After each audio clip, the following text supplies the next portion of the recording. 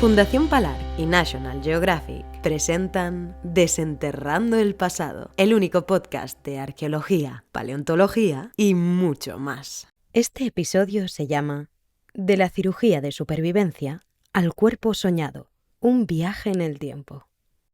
Bien, la cirugía, desde sus inicios con herramientas rudimentarias hasta las modernas técnicas estéticas, siempre ha reflejado las necesidades y las prioridades de cada época.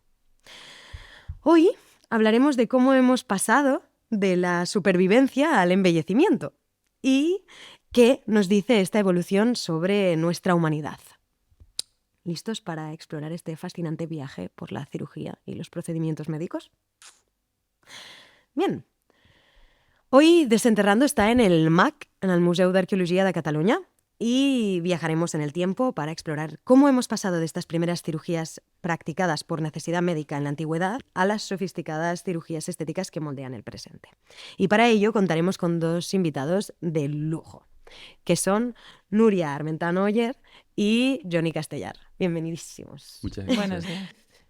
Yo soy arqueóloga y doctora en antropología biológica. Actualmente trabajo en el Museu d'Arqueologia de Catalunya como antropóloga, como investigadora, y también soy profesora de la Universidad Autónoma de Barcelona, haciendo clases de antropología, de osteología, sobre todo del máster de antropología física y forense. Decidí pues esta especialidad porque desde primero de carrera que vi un hueso humano de verdad y pude tocar este hueso, pues me enganché a los huesos. Me gusta mucho nuestro esqueleto, me gusta mucho nuestro cuerpo, y hacer antropología pues es una forma de entender también nuestro cuerpo. Y además los restos humanos nos hablan de historias de vida, nos conectan con historias de vida de la gente del pasado, ¿no? La arqueología en general, claro, se basa en estos objetos de los humanos del pasado, pero los restos humanos son los restos de ellos mismos y por lo tanto directamente nos está hablando de ellos y de sus historias. En los huesos quedan las historias de estas personas. Pues preciosísimo, encomiable labor. Muchas gracias, Núria. ¿Y Johnny? Bueno, yo soy un médico colombiano. Me especialicé en oftalmología y luego hice una subespecialidad en cirugía oculoplástica y en medicina estética de cara. Así como el hombre ha evolucionado a lo largo de la historia, también yo he evolucionado como médico. Inicialmente me dedicaba a toda la parte funcional y reconstructiva, pero poco a poco la vida me llevó al mundo de la estética y actualmente me dedico a la medicina estética de cara en exclusividad y a la cirugía estética de párpados. Me encanta a lo que me dedico porque aquí puedo ayudar muchísimo a las personas a verse y a sentirse mejor. Es un mundo apasionante porque me encantan las proporciones, me encanta la naturalidad y me encanta muchísimo el contacto humano, y en mi especialidad tengo todo esto. ¡Hola! También encomiable. Pues muchas gracias y bienvenidos. Ahora os hago la última pregunta, que esta es un poco más para entrar ya en en el tono conversacional, que es, si pudierais observar en primera fila cualquier procedimiento médico del pasado, ¿cuál elegiríais y por qué? ¿Núria? Pues probablemente me gustaría observar de primera cómo se hacían estas trepanaciones, estas aperturas al cráneo, como tenemos aquí un cráneo con estas perforaciones, y este tipo de lesiones se hacían adrede, expresamente, no sabemos por qué, y entonces me gustaría poderlas ver en directo. Especialmente me fijaría con las herramientas. Y también me fijaría probablemente con la gestión del dolor, ¿no? Porque esto se nos escapa en arqueología. Y bueno, poder hacer estas aperturas de cráneo, además que sabemos que son con supervivencia, pues sería muy interesante verlo. Ver qué tal de eficaces eran las herramientas y sobre todo el tema del dolor, ¿no? Cómo se gestiona este dolor que podrían tener. La frustración eterna del arqueólogo, que lo que no es material no se ve. ¡No! ¿Por qué? Bien, brutal. Bueno, a esto volveremos luego, por cierto. Aquí nuestro colega, que no lo hemos presentado, estará con nosotros en el MAC, nos acompañará. Y en este capítulo tendrá un papel central, como podéis ver. Bien, Johnny, ¿cuál es tu respuesta a esta pregunta? Yo creo que me gustaría ver una cirugía de catarata. Actualmente la cirugía de catarata en oftalmología es una cirugía muy sofisticada donde se hace con unas mínimas incisiones y con unos ultrasonidos se opera el ojo por dentro. Pero anteriormente lo que se hacía era meter unos clavos y empujar el cristalino, que es como una lenteja, a la parte de atrás del ojo y así la gente veía mejor. Y luego, a lo que te refieres con lo del dolor, es algo que yo también siempre me había preguntado muchísimo. Y bueno, nosotros colaboramos todos los años con una ONG, vamos a Haití y ahí hacemos cirugía oftalmológica de cataratas y cirugía reconstructiva de párpados. Y algo que me ha llamado mucho la atención en Haití es la gestión del dolor, porque podemos ver allí cómo el ser humano se adapta a las necesidades y allí tenemos que operar sin anestesistas. Y es increíble ver a niños de 5 años en una cama que le dicen sus padres en creol, que es el idioma de allí, mira, no te muevas, te están operando el Y ojo, no tienes que estar chilles recto, y no... y no chillan y están súper rectos y le haces una cirugía ocular y el niño no se mueve. Es que una Amigo, date cuenta. cuestión muy interesante es que parte del dolor físico es social y cultural, ¿no? Y entonces se aprende, se enseña y por lo tanto cambia a nivel del tiempo, a nivel va evolucionando también. Ahora nuestra sociedad es tolerante cero al dolor. Oh, sí. Pero Oh, sí. antes y en otros sitios, como ha explicado el compañero, pues el dolor se soporta más porque se aprende a convivir también y a Mentalizas. Esto es llevarlo. interesante y entraremos en esto. Esto me gusta, me gusta, me gusta. Pues ahora pasamos a nuestra primera sección, que es la cirugía en la antigüedad. Nuria, empecemos ahora con este pasado que tú representas. Qué poca presión, ¿verdad? ¿Cuáles crees que podrían ser las primeras intervenciones quirúrgicas en la historia, en nuestro pasado? ¿Y qué motivaciones crees que las podrían haber impulsado? Estas de que hablábamos. Claro, hablábamos de trepanaciones, que son estas aperturas a cráneo. Esto sería una de las primeras evidencias que tenemos de intervención quirúrgica realizadas sobre los cuerpos y ya digo, muchas de ellas con supervivencia, por lo tanto se hacían por algo que no sabemos del todo. Algunos repetían, por eso vemos más de una apertura en algunos individuos, o sea que además con repetición. Wow.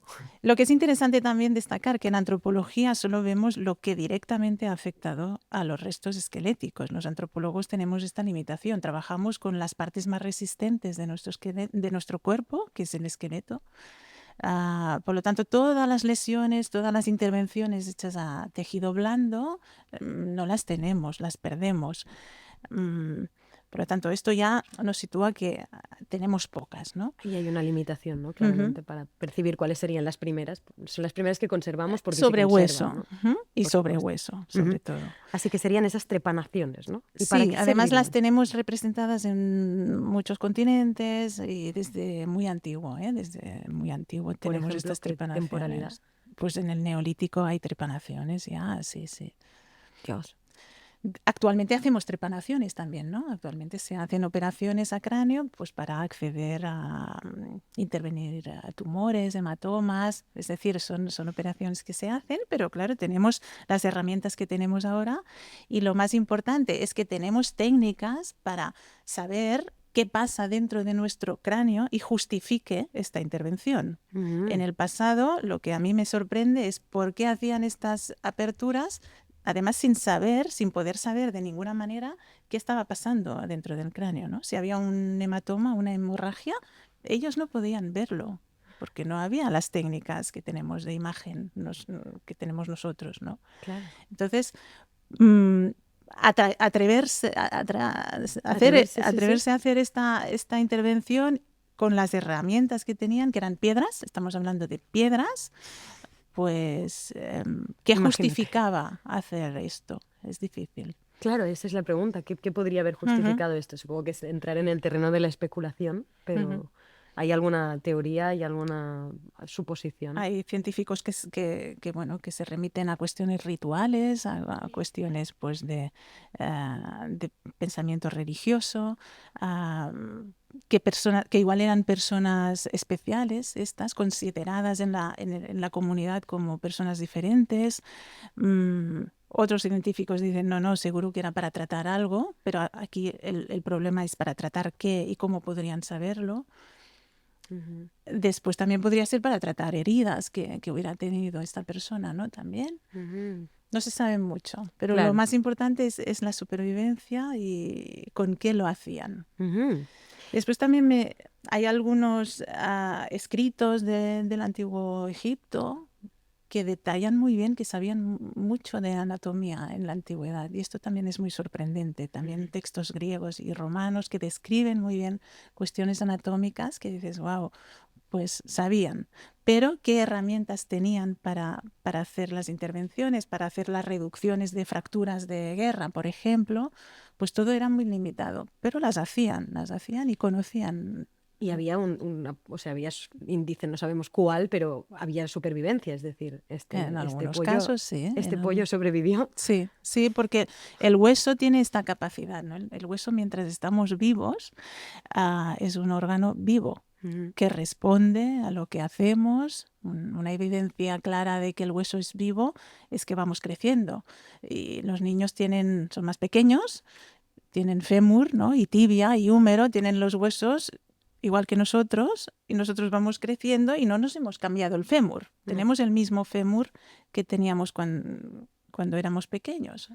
No nos hemos cambiado el fémur, No, ¿no? claro, no. Es una cosa que aún no Pero hacemos, por lo que sea. el fémur ha cambiado, ha Ujú. crecido, se ha remodelado. Esto sería una evidencia de que el hueso está vivo Ujú. y nos acompaña a lo largo de la vida. Otra evidencia sería que cuando nos fracturamos un hueso, tenemos un traumatismo, nos inmovilizan la extremidad o el hueso en concreto, y el hueso pues produce nuevas células y se arregla, se consolida. Esto es evidencia de que está vivo. Por lo tanto, mientras estamos vivos, el hueso responde. Aquí vemos el hueso como muy estático y como si fuera una piedra, y no, el hueso es un órgano vivo mientras estamos vivos. Por lo tanto, si hacemos una lesión al hueso y no hay la muerte, veremos cómo responde el hueso, cómo el hueso intenta recuperarse, intenta arreglarse. Y esto es muy bonito de la antropología, ver esta remodelación y estos cambios que hace nuestro cuerpo. Esto es maravilloso. También da una sensación más de robustez, ¿no? Porque creo que una cosa que tenemos todos muy en la cabeza sin conocimiento es que, ostras, de golpe en el pasado todo, de cualquier cosa te morías, ¿no? Esta cosa de decir, no, todo era mucho más hostil, que podría ser que sí, pero que no, que Pero la realmente capacidad curativa o sí, de incluso nuestra injerencia en superación. ella también era más fascinante o más, ¿no? Había más matices de lo que podríamos creer, ¿no? Sin tener conocimiento de esto a priori, nunca se me hubiera ocurrido que podríamos saber, ¿no? En una época tan antigua, con herramientas de piedra, reiteramos, entrar dentro de una cavidad craneal. Es como una cosa que dirías, ostras, ¿a quién se le ocurre darle con una piedra a otro para... Espera, que te ayudo. Claro, entonces bueno, a ver, veamos. si hacían esto en el cráneo, yo también pienso qué hacían a nivel abdominal, a nivel, ¿no? Afectando tejidos blandos, que no lo vemos, que nos lo perdemos los antropólogos. Pero si se atrevían a hacer esto, también podemos imaginar que pues a cuello, a estómago, qué hacían y que lo hemos perdido. ¿Hasta dónde podría llegar esto? Claro. Y una pregunta, ya lo has perfilado un poco, pero ¿cómo podéis estudiar la materialidad de estas cirugías? ¿Se han conservado herramientas o lo estudiáis preeminentemente a partir de los restos óseos? Yo como antropóloga me dedico al estudio de los restos óseos, a los restos físicos, pero después trabajamos siempre en equipo con arqueólogos, ¿no? Y que en los yacimientos arqueológicos se recuperan también estas herramientas, algunas de estas herramientas. Repetimos siempre las herramientas que perduran, que son resistentes, pues de metales, cuando hay metales, piedras, pero que tenían más herramientas también que no se han conservado, seguro. ¿No?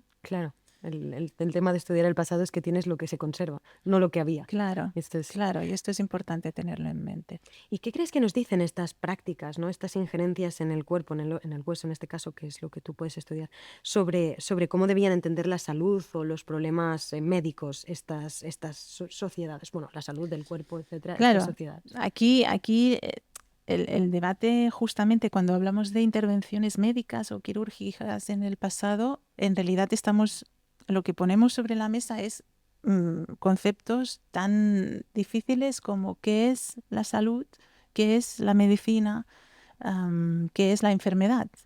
Son conceptos no universales, son conceptos que han ido cambiando a lo largo del tiempo, son conceptos que probablemente no nos pondríamos de acuerdo aquí, y menos si preguntáramos a comunidades, a sociedades de otros continentes, y más si preguntamos a sociedades y comunidades de otros tiempos, ¿no?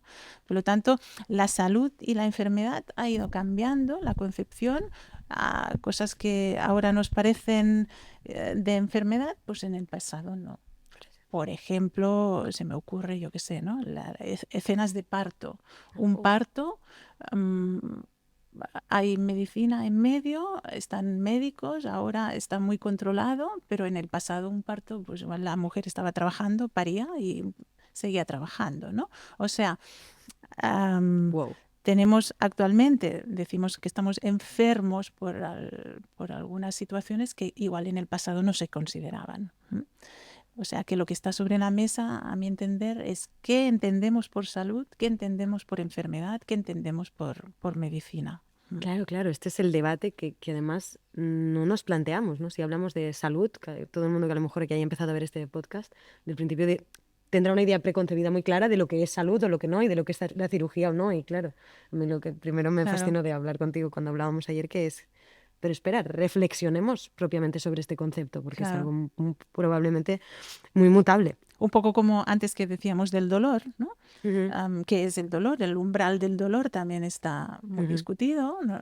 Pues también qué es la salud, qué es sentirse en estado de salud. También no es fácil definirlo. Claro, es primero particular, ahora que vivimos en sociedades, ¿no?, de identidades individuales, podría ser particular, pero es que incluso también, ¿no?, como dices, podría haber sido culturalmente otra cosa radicalmente distinta. Curioso, entonces eso dificulta un poco vuestro trabajo también. Claro. No, todo es más difícil. Bien, una pregunta. Por cierto, creo que tendríamos que mencionar que el señor Campillo campaba por aquí. Claro, el doctor Campillo, yo tengo la gran suerte de trabajar en el laboratorio de paleopatología del museo, que es un laboratorio que fundó el doctor Campillo. Él era un médico cirujano, neurocirujano especializado en cráneo, y estudió en los años 60-70 muchos cráneos con estas lesiones, trepanados. De hecho, fue el primero en el Estado español que estudió este tipo de lesiones, y publicó muchísimos libros sobre estas trepanaciones, estas aperturas de cráneo de Cataluña, España y Baleares, de muchos sitios. Él, como médico especialista en cráneo y cerebro, pues pudo explicar muy bien qué técnicas se realizaban para hacer estas perforaciones, ¿no? Él definió 3 técnicas distintas. Una es rascando el cráneo con la piedra, otra pues con incisiones, ¿no? Él estuvo muy trabajando en estas lesiones tan impresionantes de la prehistoria, y que después se han hecho también hasta la actualidad. Muy gracias, creo que este era un punto que estábamos un poco obligados a decir, en el mejor de los sentidos. También me gustaría preguntarte, para los que probablemente no lo sepan, o los que sí, pero quieran refrescarlo, ¿a qué disciplina nos referimos exactamente cuando hablamos de paleopatología? ¿Qué entra dentro de este abrigo? Claro, la paleopatología es la ciencia que estudia las enfermedades del pasado. Para hacerla necesitamos tener conocimientos de medicina, de antropología física, de osteología y también de historia, ¿no? Actualmente yo doy clases en una asignatura, como profesora invitada, en una asignatura que hacen los médicos, los estudiantes de medicina, que se llama paleopatología, aquí en Barcelona. Por lo tanto, que se considera importante la paleopatología, saberla para la medicina actual, para los médicos actuales, porque en paleopatología vemos estas enfermedades desarrolladas casi al máximo, porque antes, por ejemplo, no habían antibióticos, o si una persona tenía un tumor, era muy difícil tratar este tumor. Por lo tanto, vemos el tumor en su máxima expresión, ¿no? En un desarrollo muy avanzado que actualmente no vemos, porque por suerte intervenimos, lo tratamos. Entonces la paleopatología, aunque se basa en las enfermedades del pasado y en contextos de arqueología del pasado, tiene también mucha importancia para la medicina actual, para ver la evolución también de algunas de las afecciones y de algunas de las patologías, ¿no? Por supuesto. Además permite ver los límites, ¿no? Qué interesante. Claro. Perfecto. Ya hemos hablado de algún ejemplo de cirugía, pero bueno, me gustaría, te la pregunto también. ¿Hay algún ejemplo de cirugía antigua que te haya sorprendido por su sofisticación o por los materiales usados en específico? Creo que es un poco lo que hemos mencionado. Claro, la trepanación casi está en el top, pero después también sabemos reducciones de fracturas en época romana, de soldados heridos, que dices, ostras, ¿cómo lo hacían esto, no? O también afecciones dentales, todo lo que es la odontología, con alambres, con hierros, ¿no? Que también intentaban arreglar todo el tema dental. Esto en el antiguo Egipto, en Grecia, tenemos ejemplos muy interesantes. Ujú. O sea, que hay mucho más conocimiento sobre nosotros y sobre nuestra fisonomía y nuestra morfología mucho antes de lo que podríamos pensar, ¿no? Realmente. Ujú. Que siempre nos hemos interesado, por decirlo así, a nosotros Sí, mismos. claro. Bien, ¿hay alguna cosa que, ya para cerrar esta parte del pasado, ¿hay alguna cosa sobre la cirugía del pasado que te gustaría aclarar sobre tu disciplina? Me gustaría aclarar que antes de la cirugía, yo supongo, o quiero, a mi entender, pienso que estas comunidades intentaban hacer otras cosas antes de la cirugía, ¿no? Porque realmente era atrevido. Y por lo tanto, pues poner en valor todo lo que deberían hacer para no llegar a abrir, para no llegar a cortar. Y creo que de esto deberíamos aprender mucho, ¿no? Como esta cosa, ¿no? Que ahora empiezan a destilar los cirujanos de la cirugía contemplativa, que le llaman, que siempre se acusaba mucho en los hospitales de los cirujanos de operar a la mínima. Claro. Y ahora se ve que hay una tendencia en cirugía, que es la cirugía contemplativa, que es vamos a ver qué pasa antes de abrir. Vamos a parar y esperar a abrir antes de abrir. Que puedas hacer algo no implica que tengas que hacerlo a la primera, ¿no? Supongo. Interesante. Y esto nos vincula mucho también con el presente. Muchas gracias, Nuria. Y pasamos ahora a la segunda parte, al presente. ¿Cómo sería la cirugía estética de hoy, Johnny? Y pasamos a esto, a la actualidad pura. Podríamos decir, o está claro, que la cirugía estética o todo lo relativo a la estética está en auge, ¿no? Antes me has hecho la distinción entre cirugía estética y medicina estética. Creo que ahora es el momento para aclarar esto. Sí. ¿Cuál es la distinción, primero? Sí, la cirugía estética, como su nombre lo indica, implica estar en un quirófano y hacer intervenciones quirúrgicas. Y la medicina estética es lo que está ahora más en auge y consiste en modificar la apariencia de una cara o de un cuerpo con procedimientos mínimamente invasivos sin necesidad de entrar a un quirófano, utilizando materiales de relleno, toxina botulínica, inductores del colágeno, que lo haces en pocos minutos y el periodo de recuperación es muy rápido y los pacientes se incorporan muy rápido a su vida normal. De hecho, esto también sigue un poco en esta línea de lo que decíamos, ¿no? Antes de abrir, vamos a ver si podemos embellecer sin tener que ponerte en la mesa y empezar a cortar. Bien. ¿Cuáles dirías hoy en día, volviendo a esta pregunta inicial que quería hacer, pero quería aclarar esto primero? Está la cirugía estética, la medicina estética, el intervenir para vernos mejor, por decirlo de alguna manera, está muy en auge. ¿Cuáles son los procedimientos que más te demandan y cuáles son los más populares, digamos?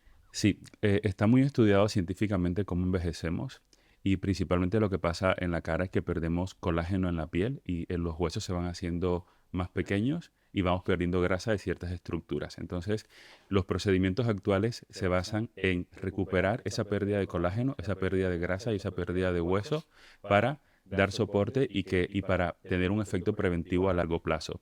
Y estos procedimientos principalmente son rellenos con ácido hialurónico, que es un material biocompatible con inductores del colágeno, que son productos que inyectamos bajo la piel para que la estimule y para que esté más tensa, y con neuromoduladores, que es una toxina que aplicamos en los músculos para que no se genere la contracción muscular y de esa forma mejoran las arrugas de expresión, las arrugas que salen cuando gesticulamos y al mismo tiempo nos ayuda a prevenir para que no se rompa la piel y no se generen arrugas fijas.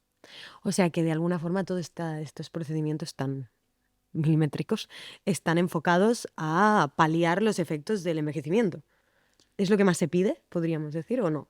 Las tendencias actualmente están cambiando mucho. Anteriormente se realizaban más cirugías porque lo que se buscaba era revertir los signos del envejecimiento y ahora lo que queremos es prevenir. Como está muy bien estudiado todo lo que pasa en la cara a lo largo del tiempo, lo que vamos haciendo es recuperar esas pérdidas de volumen o esas pérdidas de colágeno poco a poco para evitar que lleguemos a un punto de mucha flacidez, de manchas, del De envejecer envejecimiento. mal, por Exacto, decirlo así, ¿no? exacto. Pues, que, claro, ahora podríamos equiparar, ¿no? Siguiendo un poco la estela de lo que llevábamos, de qué es salud y así, podríamos equiparar la salud a la belleza un poco, ¿no? Si no me veo bello, a lo mejor no me siento sano. ¿Crees que es un link que podríamos hacer hoy? ¿Crees que las personas... Sin ninguna duda, es verdad que anteriormente la belleza tenía unos fines más reproductivos. La mujer veía al hombre con la mandíbula marcada, fuerte, pues probablemente era el que tenía mejor capacidad para la gestación. Y ahora, si bien no tiene un fin reproductivo tan importante como en su momento, sí que a muchas personas les ayuda a sentirse mejor, más seguridad. Está muy bien estudiado que cuando una persona es más guapa, tiene más oportunidades laborales, incluso en un juicio está súper estudiado que el que es más guapo le ponen menos condenas al que es menos guapo. Es una pena que sea así, pero es una realidad. Es hackear el sistema, ¿no? Un Exacto. poco. Y tenemos que adaptarnos y aprender a Ujú, vivir con ello. ujú. ¿Y tú crees que las redes sociales o nuestras tendencias digitales han alterado nuestra percepción del cuerpo o la demanda de tratamientos? ¿Tú percibes esa link? Sí, sin ninguna duda. Yo creo que las redes sociales y esa información masiva ha traído cosas muy buenas y cosas muy malas en cuanto a la percepción, en cuanto a la autopercepción de cada persona y también en cuanto a los tratamientos. Antes las personas veíamos como famosos y como ideales de belleza a una actriz muy conocida o un cantante muy conocido, pero actualmente en las redes sociales vemos que hay personas que son normales de un barrio de tu pueblo que se convierte en influencer y esa persona se convierte como en el ideal de belleza para muchas personas. Que luego también ese influencer está influenciado por las super celebrities que son las que marcan las tendencias en el mundo. Eso es algo que yo he visto muchísimo últimamente, que incluso en los últimos 5 años he visto cómo ha cambiado el concepto de belleza, ha evolucionado el concepto de belleza. Por ejemplo, hace 5 años, yo creo que las máximas influenciadoras en cuanto a la belleza actualmente son las Kardashian. Hace 5 años ellas estaban con los labios muy pinchados y la gente quería labios muy pinchados, muy grandes. Entonces ahora eso ha cambiado completamente y muy pocos años después ahora lo que queremos son labios muy naturales, que nadie sepa que están pinchados, que sea algo muy discreto. Pero ¿cómo te mantienes al día de todo esto? Porque si en 5 años cambia, a lo mejor en 3 más vuelve a cambiar, Es que como médico. no se trata de estar al día, es algo que va pasando de forma muy orgánica. Ujú. Los médicos estamos constantemente en formación, cada año tenemos muchísimos congresos y cada médico tiene su estilo propio y cada sociedad, cada cultura también te va marcando lo que quieren. Por ejemplo, actualmente las chicas árabes quieren estar muy recargadas, pómulos muy grandes, muchos volúmenes y tengo muchas pacientes árabes que vienen a pedirme eso. Pero aquí en España, por ejemplo, es algo muy natural que nadie se note, nadie lo note. Entonces, no es algo que es muy orgánico. Gracias a las redes sociales, por un lado está la parte mala que también le puede generar incluso complejos a algunas personas, estándares de belleza que son inalcanzables, los filtros hacen mucho daño, sobre todo en los niños. Yo tengo muchas veces padres que vienen con sus hijos de, mire, es que él quiere parecerse a esta persona y es un niño coreano súper editado y pues los niños con muy corta edad tienen en su cabeza algo que es supremamente nocivo. Pero por otro lado, también tenemos divulgadores eh, éticos que se encargan de expresarle al mundo la medicina estética buena, la medicina estética que simplemente te hace estar mejor sin cambiar Sentirte tu mejor. cara, sentirte mejor sin caer en los excesos. Ujú. Ujú. Interesante ¿no? elemento de equilibrio entre la salud, entre la belleza que es beneficiosa para uno y la belleza que puede ser perniciosa para uno mismo y también para todos como sociedad. Am, a menudo se asocia esto, la cirugía estética, con esta búsqueda de la perfección. ¿Tú cómo lo enfocas en tu consulta? Depende, es que hay una gran cantidad de pacientes, hay pacientes que vienen buscando la perfección, vienen, doctor, mira, tengo un presupuesto ilimitado, quiero estar perfecta. Es imposible estar perfecto, Perfecto, ¿eh? ¿Te la imaginas? perfección no existe. Y estas personas normalmente suelen tener un problema emocional de base importante. Entonces aquí los médicos estéticos tenemos que saber detectar muy bien lo que es realmente esa persona porque muchas veces necesitan tratarse desde adentro. De psicología o Exactamente. tratamiento terapéutico. Pero en general, las personas no buscan la perfección y la medicina estética no busca la perfección, simplemente busca encontrar la mejor versión de cada persona e intentar dejar siempre lo que le llamamos una huella estética positiva, que consiste en que esos tratamientos que te hagas te ayuden a envejecer mejor. Ujú. Envejecer mejor es una gran cosa. ¿Cuál dirías tú que ha sido el avance más revolucionario, digamos, en los últimos tiempos en cirugía o en medicina estética? Las técnicas quirúrgicas cada vez se hacen con incisiones más pequeñas, guiadas por tecnología. La robótica yo pienso que es el futuro de la cirugía. Y en medicina estética han salido recientemente productos que son más biocompatibles, que se reabsorben mejor, que te dejan una huella estética positiva. Anteriormente se utilizaban mucho silicona, biopolímeros, productos que no eran reabsorbibles y que te generaban deformidades en la cara. Ujú. Y pues los productos de ahora se integran perfectamente y si lo haces bien vas a tener un resultado muy natural y muy armónico. Ujú. Bien. Mm, ¿Hay alguna cosa que te gustaría destacar sobre tu trabajo? Algo que digas, ostras, que creo que hay mucha, ¿no? O desinformación o hay mucho como que la gente no lo tiene bien entendido sobre alguno de los aspectos de tu... Sí, me encantaría aclarar que la medicina estética buena es la que no se nota. La que tú ves a una persona y dices, mira, qué guapa es esta persona, y nunca te imaginarías que tiene muchísimos tratamientos hechos. Yo tengo muchos pacientes, volviendo al tema de los labios, que me dicen, no, doctor, es que yo odio los labios pinchados. Vale, si lo odias, porque es que solo te das cuenta que un labio está pinchado cuando está mal pinchado. Porque lo normal es que un labio no veas que tiene ácido hialurónico. Entonces tú probablemente habrás visto muchísimas personas de qué labios tan bonitos y a lo mejor están pinchados, Y pero no lo verdad. sabes y no eres capaz de verlo. Yo muchas veces, muchísimas veces, no soy capaz de darme cuenta si una persona tiene tratamientos o no hechos. Entonces eso es que está bien hecho, ¿no?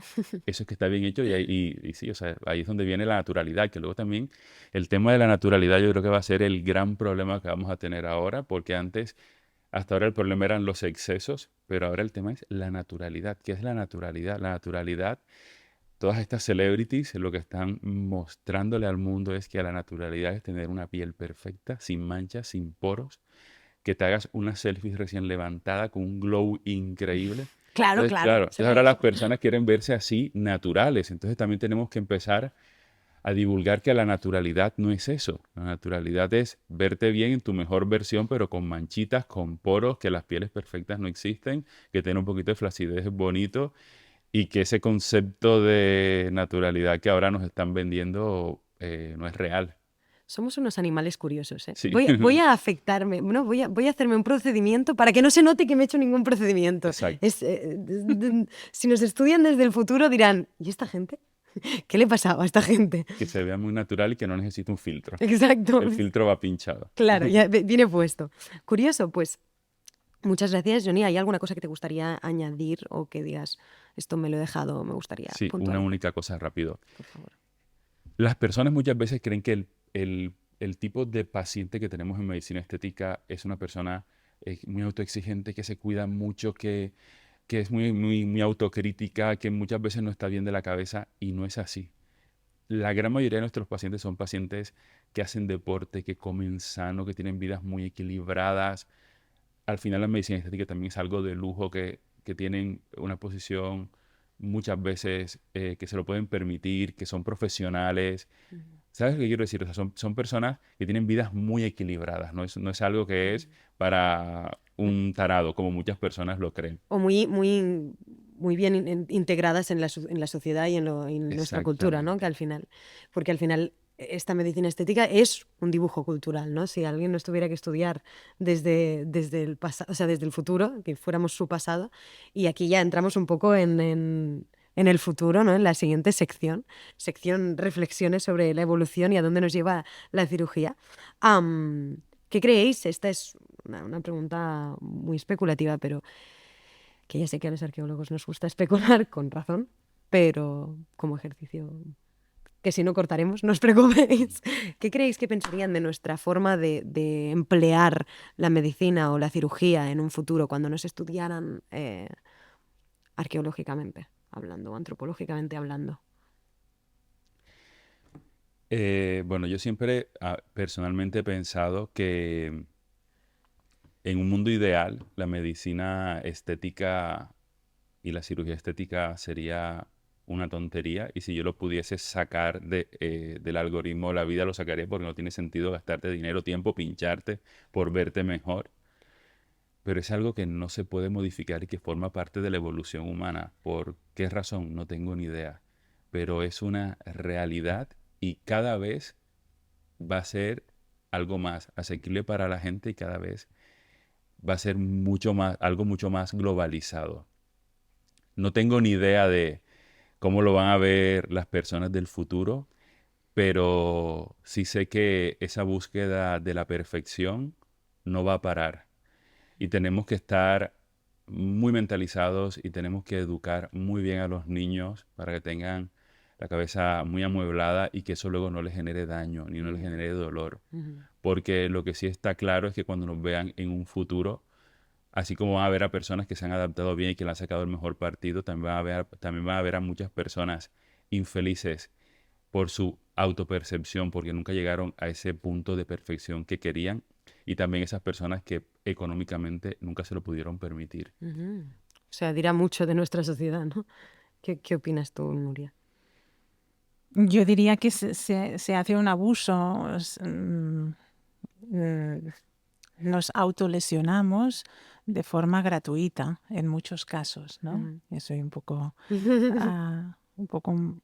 Más escéptica. sí. Bueno, está bien tener diferentes puntos de vista respecto a Y uno mismo. entonces, en una sociedad que si tenemos problemas de salud importantes, que sí o sí tenemos que pasar por quirófano, cuando decidimos por opción a hacer esta agresión al cuerpo, pues no sé qué pensarán en el futuro, ¿no? Pero sé qué pienso yo en el presente, ¿no?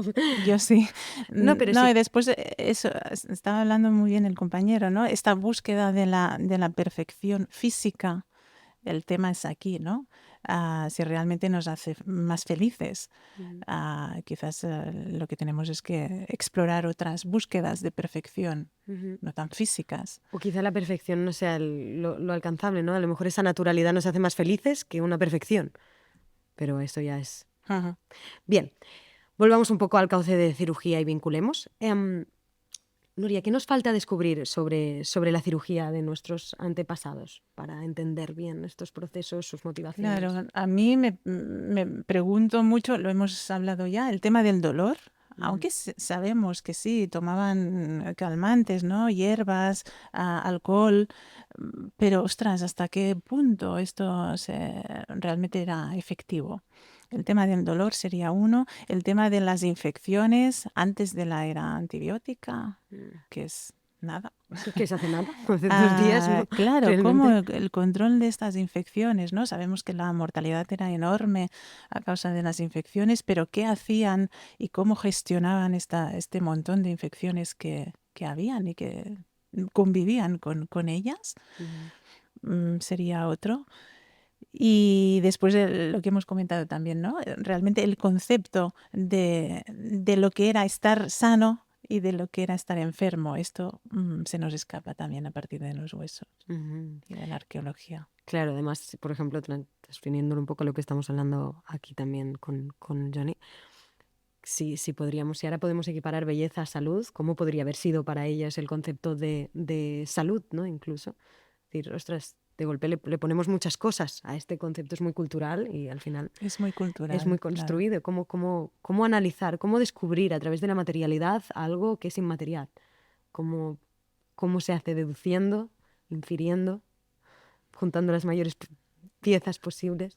Claro, lo que no podemos es inventar, ¿no? O sea, lo que tenemos, lo físico, explicar bien lo que tenemos, explicar bien lo que vemos, experimentar también, ¿no? Por ejemplo, volviendo a las trepanaciones, se han hecho experimentaciones de cómo hacer una trepanación con una piedra, ¿no? O sea, experimentar para entender cómo lo podrían haber hecho ¿Cómo has hace hecho 5.000 ese años. experimento, por favor? Yo no, Explícame ese pero experimento. sí, sobre cadáver. Ah, vale. Iba a decir, hola, ¿quién se presta a esto? Sobre Mira, pues sí, me cadáver, pues presto a que me trepanen un ratillo.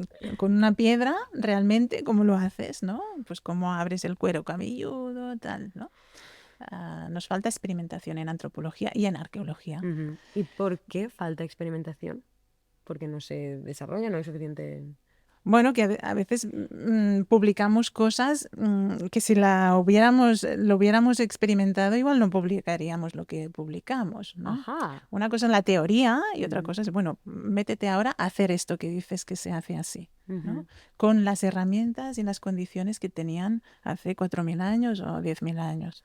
Pero sin los conocimientos a la vez, ¿no? Porque Claro, probablemente su también. detección su Ujú. percepción debía ser tan distinta que no debía conectar mucho con la que debemos tener ahora de Claro, las por cosas. eso es difícil hacer experimentación, ¿no? No puedes tener todas las condiciones Claro. necesarias, pero bueno.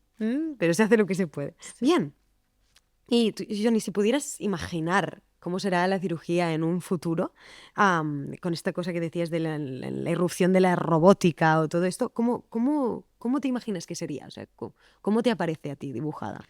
Yo creo que en general las técnicas quirúrgicas eh, en un futuro lejano desaparecerán. Creo que la tendencia cada vez va a ser a utilizar técnicas mínimamente invasivas, robóticas y con productos muy poco agresivos. Ahora actualmente están viendo, por ejemplo, en las cremas, ahora hay unas tecnologías de cremas que los productos te penetran hasta capas muy profundas de la piel y te generan una renovación celular y un cambio increíble en la piel y es una simple crema. Ujú. Yo creo que todo va a ser muchísimo más tecnológico y creo que lo que ahora solo se puede conseguir con cirugía en relativamente poco tiempo se podrá conseguir con pinchacitos.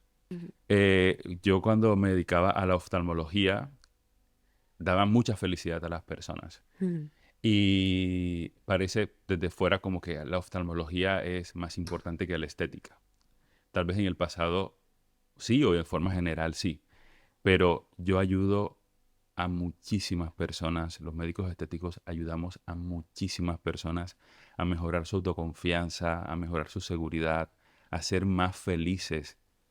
Ujú. Hay muchas personas que necesitan verse mejor, hay muchas personas que tienen deformidades que necesitan estar mejor, incluso algunas que no tienen deformidades, sino que simplemente tienen temas estéticos que les generan muchos problemas con su pareja, con su trabajo, con sus amigos, con su felicidad y su bienestar. Y nosotros lo podemos ayudar. O sea, se puede ver como algo muy banal y muchas veces lo es, pero muchísimas veces no lo es. Nuria, ¿a ti te gustaría remarcar algo sobre la paleopatología, sobre como la materialidad Ajá. que se halla de la No, cirugía? me encanta cómo hablas y es verdad, actualmente la salud incluye este sentirse bien físicamente, ¿no? Sí que yo veo cada día, ¿no? Muchos esqueletos y con lesiones y con muchas cuestiones que dices, guau, ¿cómo vivía esta persona? ¿No? Por ejemplo, a nivel dental hay bocas, hay mandíbulas y maxilares que tienen infecciones, fístulas, que son orificios por donde drena el pus, caries enormes. Ahora tenemos un puntito de caries y bueno, nos estamos muriendo, ¿no? Y entonces vas en el laboratorio y ves el esqueleto con un montón de caries, un montón de infecciones. Y esta gente vivían. Eran nuestros antepasados y vivieron y así vivieron, ¿no? Por lo tanto, tenemos que a mí me gusta estudiar los restos antropológicos porque podemos aprender también de que también se podía vivir así, mal, correcto, y seguro sufrían, ¿no? Pero que también podían, ¿no? Claro. Y de hecho así fue. Por lo tanto, bueno, los restos antropológicos de contexto arqueológico, o sea, estos tan antiguos, nos hablan de unas formas de vida pues más acostumbradas, más tolerantes al dolor, como decíamos, a las adversidades. Y esto creo que es un aprendizaje que podríamos hacer en nuestra sociedad sin ser masoquista, ¿no? Pero Sin sí irte tampoco al otro lado. intentar, bueno, sobreponerse a las adversidades, porque lo más interesante de la antropología y la osteoarqueología es ver que estas personas se enfrentaban a adversidades que en el fondo son muy similares a las nuestras, ¿no? Y bien, ellos vivieron y por eso estamos nosotros aquí y nos pueden, no sé, influir o inspirar, ¿no? Yo diría, nos pueden inspirar. Súper preciosa este vínculo, ¿no? También, como que al final lo que me gusta con este episodio, con todos los episodios en general, es dejar la puerta abierta suficientemente, primero, a la fascinante disciplina que es la arqueología, la antropología, etcétera, pero también ¿no? Dejar la puerta abierta a reflexiones respecto a cosas que damos muy por hechas en nuestro día a día y que al final, revisando el pasado, nos puede hacer reflexionar en el presente y, sobre todo, de cara al futuro, ¿no? ¿Dónde queremos llegar como sociedad? O quizá no hay tanta decisión, quizá no lo decidiremos a dónde queremos llegar, pero ver a dónde vamos, ¿no? Pues que vamos a un lugar muy opuesto a este de la convivencia con el dolor. Vamos a la injerencia mínima, ¿no? Al dolor mínimo, ¿no? Un poco, a la mayor satisfacción posible. Y es curioso, ¿a dónde nos llevará esto como seres no tan alejados de eso? Pues yo, si no os queréis añadir nada más que digáis, me apetece mucho decir esto, creo que es muy bonito terminar con esta reflexión, con esta dicotomía de ¿a dónde iremos? Y bueno, aprovecho para daros muchísimas gracias a Nuria y a Johnny por vuestro testimonio. Este es uno de esos episodios muy de metáfora salvaje, como yo le llamo, en que dos cosas que aparentemente no tienen nexo de unión de golpe pueden generar un dibujo, un mosaico de nuestra humanidad, que al final es lo que me parece interesante. Y eso, espero que este episodio os haya llevado a reflexionar al menos sobre estas cuestiones que podemos dar muy por hechas o que no, a lo mejor no nos forman parte de nuestro día a día y que de golpe salte a la palestra. Así que bueno, a los que nos acompañáis, gracias por acompañarnos como siempre. Y no os olvidéis de seguir a Fundación Palar, a National Geographic y a mí, Candelius Fan, para más episodios llenos de arqueología y paleontología. Y hasta la próxima. Muchas gracias.